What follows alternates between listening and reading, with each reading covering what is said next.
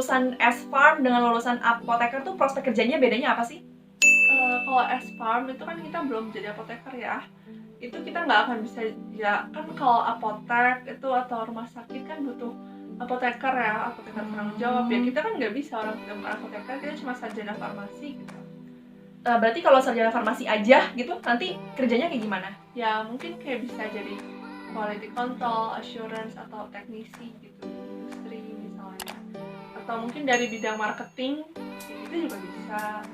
Atau ya pokoknya kayak S1 orang lain gitu ya.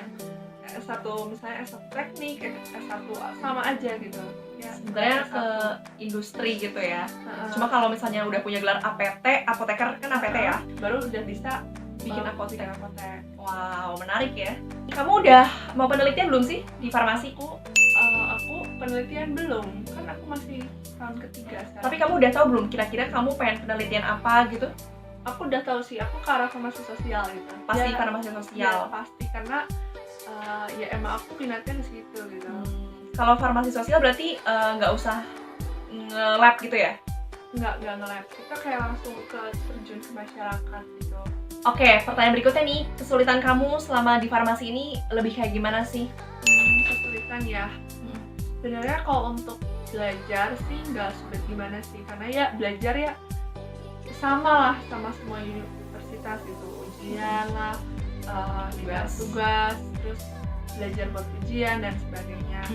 Yang mungkin menantang itu kalau di farmasi itu kayak praktikumnya sih, itu menantang. Jadi kayak mulai dari semester kemarin kayak kita pokoknya berani nggak berani kita harus uji coba obat ke hewan uji. Hewan apa tuh? Mencit dan tikus hewannya. Oh my god. Gitu.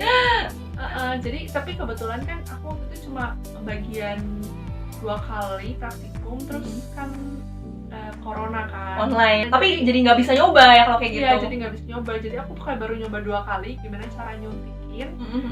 Kan yang disuntik tuh yang mana dulu nih? Misalnya dari kulit kah, atau dari intramuskuler kah, di otot paha, atau di perut, atau lewat oral gitu. Jadi kita kayak masukin si itu ke mulut mencit kan, mencitnya mulut muka mulut. Nah terus itu susah menurut aku, tapi aku waktu itu sempat berhasil, tapi ya karena udah nggak nyoba lagi, nggak tahu deh kalau diasah lagi gitu. Nah terus ya sampai sekarang juga masih kita lihat video doang sih kan. Terus itu pas kamu mau uji ke mencitnya nggak berontak apa? Berontak, tapi kita harus megangnya harus bener gitu megangnya. Kalau enggak, ya udah dia ini malah bisa gigit gitu. Itu mencitnya mereka dapat dari mana? Mereka punya? Kan ada kandangnya ada di dekat laboratoriumnya. Oh, mereka ternak gitu? Ternak, kita Oh. ternak kok. Berarti tuh kesulitannya berarti lebih kayak gitu ya? Lebih yang uji. Itu tantangan prakteknya. Oh. Ya kalau sulit secara teori ya sulit sih pasti, karena banyak hafalan. Terus kita juga harus tahu ya nama-nama obat, jadi gini misalnya obat Panadol, nah kan kita taunya Panadol, tapi ternyata dalamnya apa isinya? Paracetamol kan. Nah ya kita harus tahu dua-duanya, nama zat aktifnya harus tahu, nama dagangnya juga harus tahu, dan dosisnya tahu juga gitu. Itu susah sih, kayak belajar efek samping, interaksi obatnya itu susah. Bener sih, itu pasti susah sih. Terus kamu ekspektasi kamu sebelum kamu masuk farmasi, misalnya nih, kalau kamu kan mikirnya dulu, kalau orang-orang kan mikirnya farmasi apa sih, belajar apa, obat-obatan gitu kan. Nah, begitu kamu masuk farmasi tuh sesuai nggak sih sama ekspektasi awalnya gitu? Jadi gini, aku dulu SMA itu nggak pernah expect farmasi apapun, karena aku nggak, ini kan kalau kalian belum nonton video sebelumnya, jadi aku kan emang nggak ada interest sama sekali di farmasi, jadi aku nggak expect apapun, tapi aku tahu farmasi, obat, apotek. Nah tapi aku mulai merasa kayak itu sesuai ekspektasi aku justru di semester ini gitu. Oh iya benar, ternyata memang tentang obat, tentang penyakit, tentang apotek. Jadi selama aku tahun pertama di farmasi tuh aku kayak nggak terlalu enjoy, karena aku nggak suka pelajarannya gitu. Jadi kayak aku nggak suka karena belajarnya kimia organik, ulang SMA gitu ya.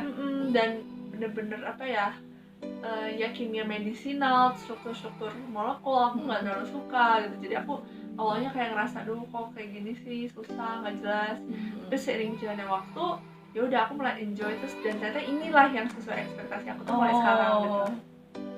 Terus kayak ada nggak sih hal menarik yang kamu dapatkan di farmasi? Misalnya nih kayak pemakaian obat nih. Sebelum kamu masuk farmasi tuh kamu memakai obat tuh caranya kayak gini. Tapi setelah kamu masuk farmasi tuh oh ternyata kayak gini. Jadi ada hal-hal yang baru kamu tahu nggak? Ternyata oh kayak gini toh caranya gitu. Ada nggak? Sebenarnya banyak sih, banyak banget yang aku kayak baru tahu. Salah satunya deh yang paling menurut kamu, wah ini gila, gue selama ini salah pakai. Ternyata setelah gue belajar farmasi, gue jadi tahu banyak kayak gitu. Banyak, jadi mungkin aku kasih tahu salah satunya ya. Mungkin kalian juga mungkin belum tahu, misalnya antibiotik nih, atau ya obat apapun deh diresepin sama dokter 3 kali sehari. Dulu aku taunya ya 3 kali sehari, kalau misalnya setelah makan ya udah, setelah makan pagi, setelah makan siang, setelah makan sore. Misalnya makan paginya jam 7, makan siang jam 12, makan sore jam 5 sore. Ternyata 3 kali sehari itu bukan kayak gitu, tapi karena sehari ada 24 jam, ya udah 8 jam sekali gitu, per 8 jam. Jadi kalau misalnya aku minum obatnya jam 7 pagi, ya udah aku minumnya nanti jam 4 sore gitu. Kayak gitu sebenarnya yang benar. Cuma kan orang suka nggak patuh ya, karena misalnya loh nanti jadinya minum obatnya malam banget, jam 10 malam, jam 11 malam. Ya itu yang bikin nggak patuh. Tapi memang setelah aku pelajari, kayak ada profil farmakokinetik, namanya farmakokinetik tuh kayak obat dalam badan tuh ngapain aja sih obat di dalam tubuh kita. Nah ternyata obat itu kalau udah diresepin dokter 3 kali 1, memang obat itu di dalam tubuh 8 jam. Kalau misalnya kalian 5 jam itu obatnya masih ada, nanti kalian udah minum lagi, terus nanti di jam yang sisanya berarti kalian ada yang kosong ya kan, itu obatnya nggak ada sama sekali dong gitu. Makanya kayak sembuhnya mungkin bisa lebih lama jadinya. Berarti bukan 3 kali 1 tuh bukan pagi, siang, sore, tapi ya 8 jam sekali gitu kan, karena 24 dibagi 3 ya. Oh, berarti selama ini mungkin kebanyakan dari kita banyak yang salah menafsirkan informasi tersebut gitu ya. Iya, jadi karena ya itu sih yang aku rasa signifikan gitu. Itu pengetahuan basic sebenarnya, tapi kan kita banyak yang salah kaprah, dan mungkin juga kurang penjelasan gitu ya dari dokternya maupun apotekernya untuk mengonsumsi obat ini 8 jam sekali. Jadi tapi sekarang udah mulai diterapin sih, kayak ini harus 8 jam sekali ya. Wah, menarik banget nih informasi seputar farmasi UGM gitu. Oke nih, berhubung kita udah lama nih bincang-bincangnya, coba deh kamu kasih dong tips dan trik buat orang-orang yang mungkin sekarang lagi mengalami kesulitan di farmasi, atau mungkin ada orang yang lagi kepengen masuk farmasi tapi bingung. Coba dikasih dong tips dan triknya masuk farmasi itu gimana, dan menjalani supaya bisa survive di farmasi itu gimana sih? Kalau misalnya tips and trick masuk farmasi, mungkin kalian bisa lihat juga sebelumnya ya, kayak usul dan lain-lainnya. Kalau untuk tips survive di farmasi, yang pasti sih tips nomor 1 itu harus rajin. Itu sih pasti. Rajinnya dalam arti kalian yang mulai nyicil laporan. Jadi farmasi tuh nggak sesibuk itu kok. Misalnya ada yang bilang nih, ya ampun kuliah farmasi tidurnya nanti subuh jam 2. Oke lah, aku akuin, teman-teman aku memang bayangin gitu, tapi aku nggak pernah gitu. Kenapa? Karena kita bisa mencicil gitu. Kita time management. Time management yang baik itu sangat-sangat diperlukan.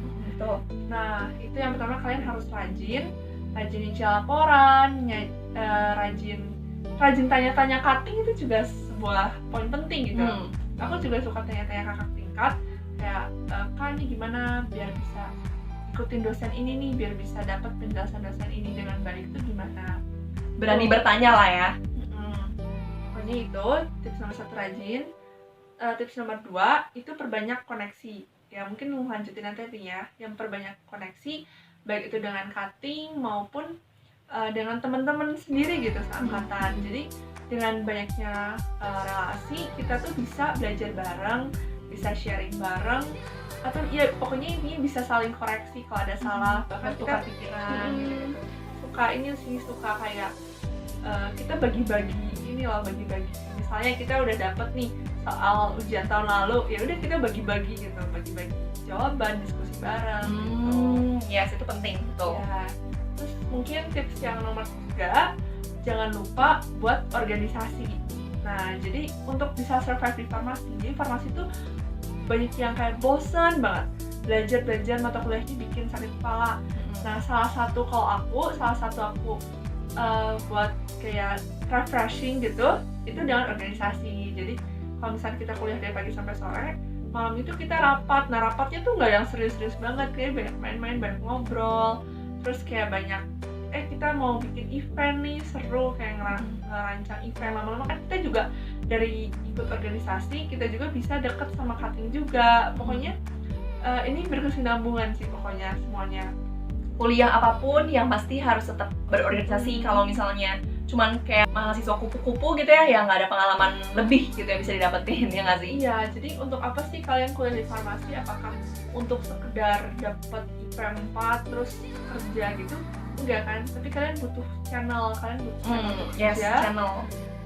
Dan kalian juga karena kalian bisa bangun channel, kalau misalnya kalian di farmasi bisa organisasi, otomatis kalian di dunia kerja nanti bisa bersosialisasi sama orang banyak gitu. Ya, betul.